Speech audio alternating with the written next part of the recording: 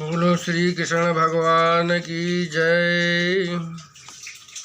89वां अध्याय भृगु ऋषि द्वारा श्री कृष्ण जी के चरण प्रहार की कथा।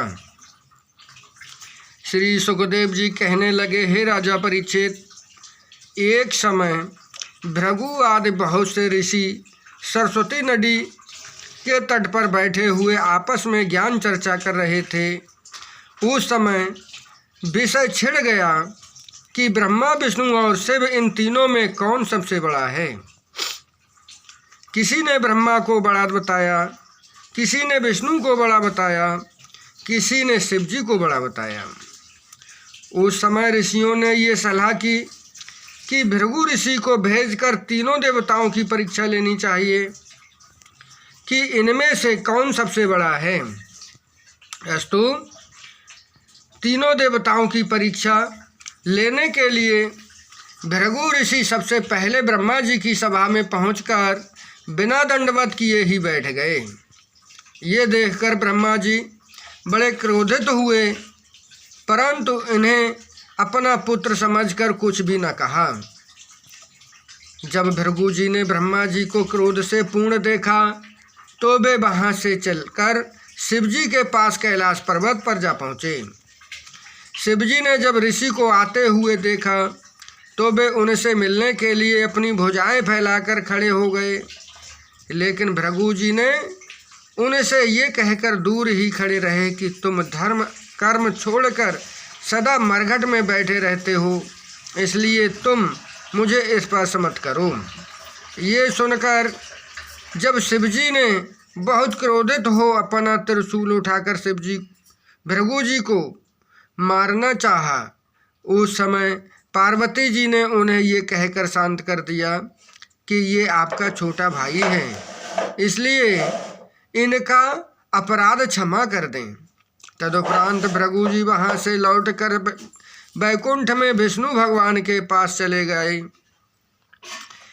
जिस समय ऋषि श्री वैकुंठनाथ जी के पास पहुँचे, उस समय श्री हरि रतन जड़ित शैया पर शयन कर रहे थे। उन्हें देखते ही भृगु ऋषि ने उनके वक्ष स्थल पर बाएं चरण का प्रहार किया। उस चरण प्रहार के लगते ही श्री नारायण जी उठकर बैठ गए।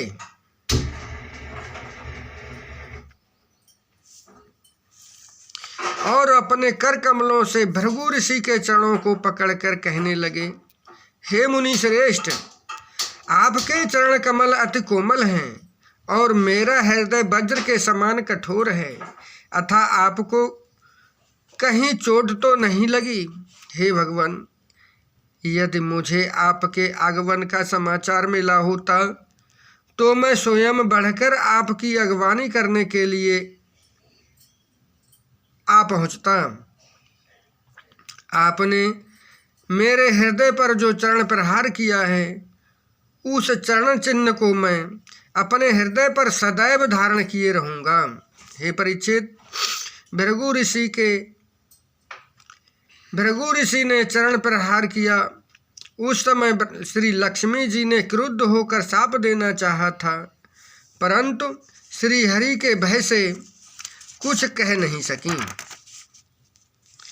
नारायण जी को सतोगुण से युक्त देखकर भृगु ऋषि अत्यंत प्रसन्न होकर सरस्वती नदी के तट पर लौट आए और ऋषि मुनियों को समस्त वृत्तांत बताते हुए इस प्रकार बोले, श्री नारायण जी से अधिक श्रेष्ठ अन्य कोई नहीं है। ये सुनकर ऋषि मुनि अन्य देवताओं के निमित्त जप तप करना छोड़कर केवल श्री हरि का स्मरण करने लगे। इस प्रकार 89 अध्याय समाप्त हुआ। बोलो श्री कृष्णचंद्र जी भगवान की जय। बोलो श्री नारायण भगवान की जय।